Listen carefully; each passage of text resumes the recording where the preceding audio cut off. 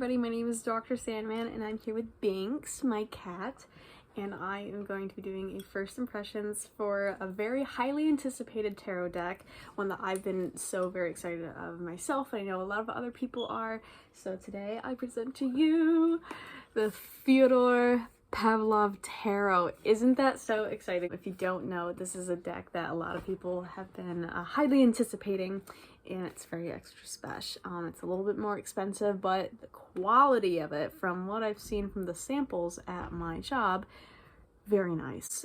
Illustrated and created by, of course, Fyodor Pavlov. The box is so nice.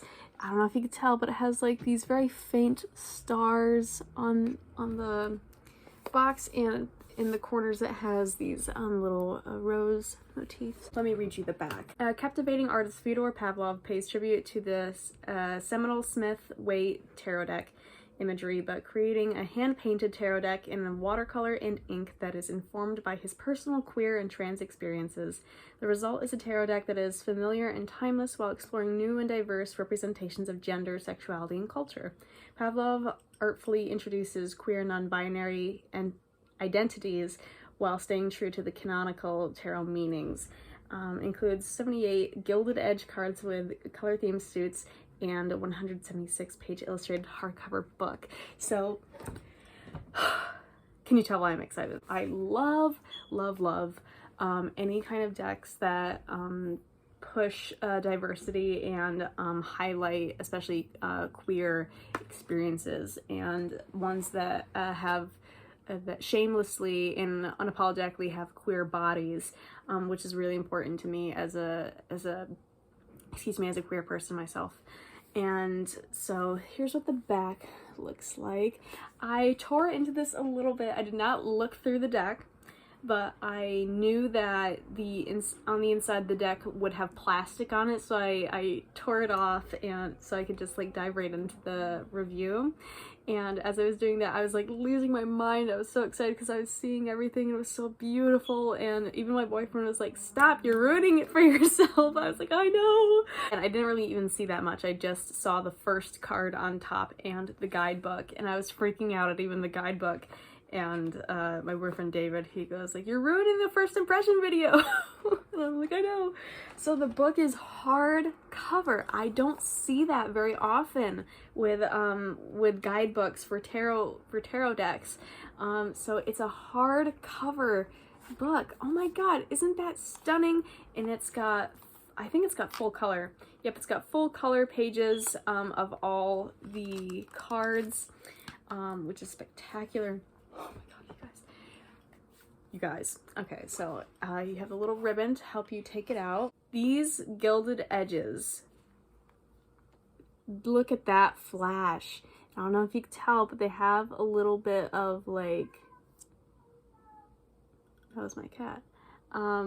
They have a little bit of like flakes from the gold, so like they come off on your hands a little bit. So after you give a reading, it's like your hands are like dusted in fine glitter. And it's not a lot. It's not, I don't know if it's intended or if it's just a byproduct of the gilding, but it's so nice. And so this is what the back of the cards look like. It's this it's almost like a denim color, and these gold stars. And look at that gold. Oh my god, isn't that stunning? It's very luxurious feeling. And I think this is like a very canvasy type texture. So I have seen some of these because they're on the back of the box, excuse me. And we also have sample cards at my job, so I do know what a couple of them look like, but not all of them. We have the first one, the Fool, which I love that instead of a dog, there is a cat. Just saying. Oh my god, it's a black cat, and this is like very traditional, classic. It's very French, the style of drawing. The Magician. I want to like recreate some of these outfits, like just saying. Oh my gosh, wow. We have the High Priestess, oh my god, who is gorgeous, and the star of the box. Then we have the Empress, and oh my god, these rosy colors. She's got a corset, and her knockers are out. But oh my god, so like the way like the like you can see especially in the cheeks, how the white that goes over the rosy color makes the most beautiful pink. And she has this pouring vase of water, which I think is new, and she's holding a heart, which I'm recognizing as new symbolism or new images for that card. Then we have the Emperor. He has the ram right on his chest plate. Oh my god, this is phenomenal. This is so romantic looking. Then we have the Hierophant, and he's holding a giant feather, which I guess could be a quill, and on the ends of his sash, I don't really know the proper terminology for that article. It's got the keys at the end. This next card, this is my favorite interpretation, or at least one of my favorite all-time interpretations for the Lovers card of all time. It's definitely in my top 5, maybe even my top 3, which is saying a lot. This is the Lovers. God, isn't that so beautiful? It's so beautiful, you guys. And then we have the Chariot, and they have the most beautiful makeup. And Strength. It's a black dog instead of a lion. And we have the Hermit, oh my god, who has a raven on their shoulder, and I'm a Virgo and my name is Raven, so my zodiac card is the Hermit, so this is very nice, very nice. We have the Wheel of Fortune. Wow, the figure's blindfolded. Well, I guess that makes sense due to the meaning of the card. Justice. Wow, she's beautiful, sorry. I don't know what those words say. Justitia sum cuic distibui. I'm gonna look in the guidebook real quick to see what that means. In the book it says that the banner wrapped around her is emblazoned, I don't know, with the quote from Cicero, "Justice renders to everyone his due." So that is really interesting. And I peeked at some of the other explanations in the guidebook, and they look like they all have reference to some kind of story, which I'm really interested to read more about. But back to the first impressions. This is not a review, just a first impression. And we have the Hanged Man, and oh my god, there's, I don't know, something about that image, you guys. That looks nice. That looks so cool. The flow of it. I wish I was a better artist. Death. Oh my god, this, wow, that's beautiful. I can't believe death is reaping the soul of someone with so much ass. Tragic. And we have Temperance, who's usually depicted by someone who is overtly feminine, but it looks to not be the case in this one. See, I love this. Okay, and then we have the Devil. Ooh, okay. Oh, and then on this depiction of the Devil, they have the symbol of the Devil having a face on the stomach, which is very traditional with Marseille decks. You don't really see that a lot anymore. So that's really cool. Then we have the Tower. Oh my god, that's Icarus. I love Icarus. Oh my god.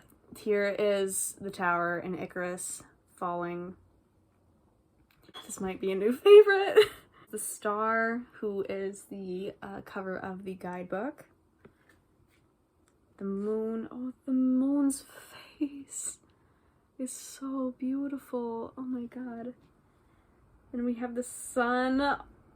Oh my god, I love this. Sorry, this deck is so happy. Judgment. Ooh, very nice.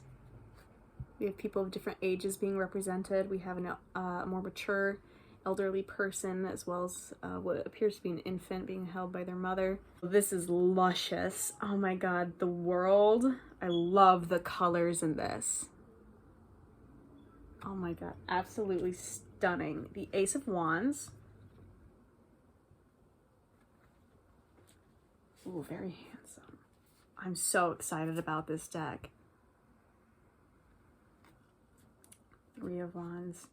So something I'd like to add to this is I really love and appreciate any kind of art or media that represents queer bodies, specifically not just queer experiences, but queer bodies, in a way that is not portraying them as grotesque, in a way that is portraying them as they are regal and beautiful, and you don't see that often, and strong, and, you know, just like flowing with grace. And, you know, usually queer bodies in media and are portrayed with some kind of gruesome element, and I appreciate that that is not present with this deck. And then we have another one. I'm gonna have to look up the meaning.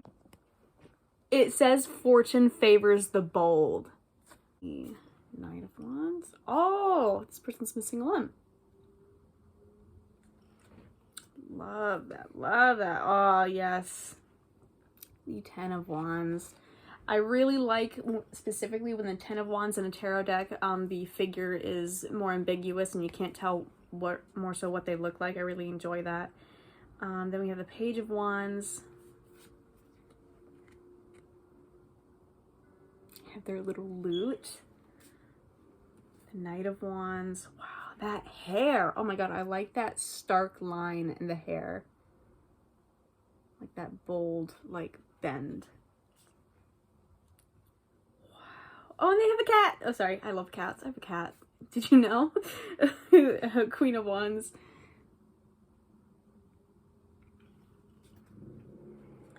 King of Wands. And, lucky. Sorry, it just registered. This is not a pip deck.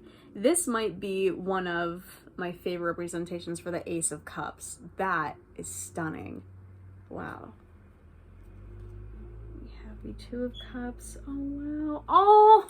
Oh, God, kill me right now. So one of my favorite, like, tropes in art is the sun is in love with the moon, or the sun is married to the moon, or the sun is like eternal friends with the moon, or they are inherently attached in some way. So for the Two of Cups, having the people meeting for the first time, the lovers who has the moon, and then the sun. Love that. Yay! Oh, one of my favorite cards, Three of Cups.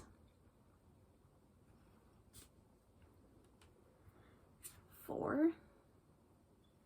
These feel really nice. I really like this texture. Oh, it's a gorgeous figure. A little bit of a forlorn, crestfallen figure. Oh, wow. This is such a happy card.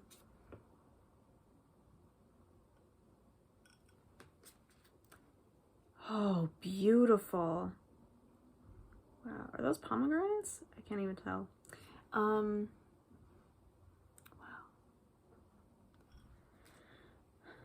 This is one of the sample cards that we have. I've seen this one before.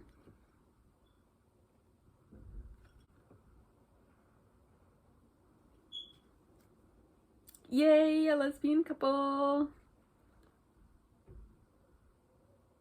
Oh wow, what a dress. Like I said earlier, I really want to recreate some of these outfits. Oh, this is the Page of Cups. Okay, so the Page of Cups, the romantic of the deck. So this person has a paint palette and like a folio, and then some paint brushes. The Knight of Cups. Queen, who is with child. Oh, sorry, this guy's just so fruity, just in the way he stands. I love that. We have the Ace of Swords. This is a spectacular, like, pose and position for the Two of Swords. Very interesting. Oh, wow. Wow. Sorry, these are just breathtaking. Wow. Yeah, I have to recreate some of these outfits. This is bogus how beautiful they are.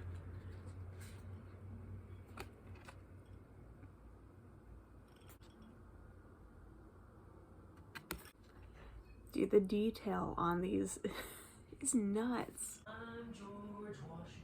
I don't... You're good!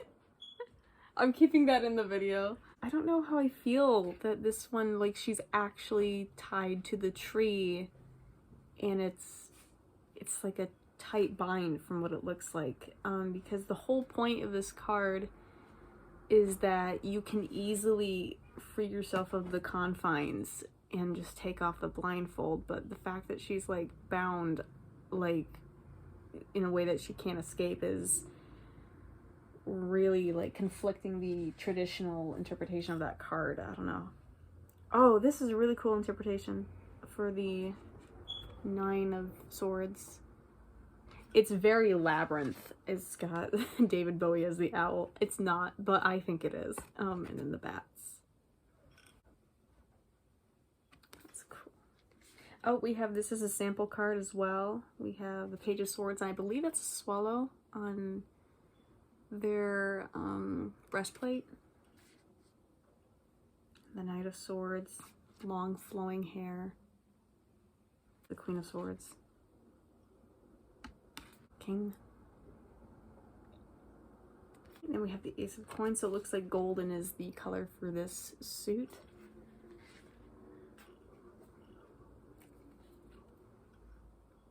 I was really nervous that it wouldn't be that diverse in terms of culture or race, and it really is. I still think it could stand to be a little bit more diverse, so far anyways, but it's living up to the expectation, or nearly living up to the expectation. I think it's doing a lot more than a lot of other decks are these days.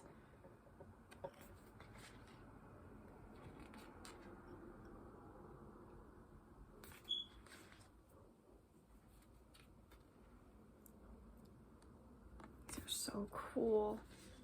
Oh, this is a really good 8 of Pentacles.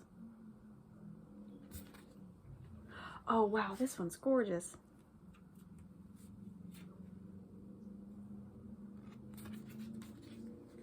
And we have a nice indigenous family for the 10 of Pentacles. Wow.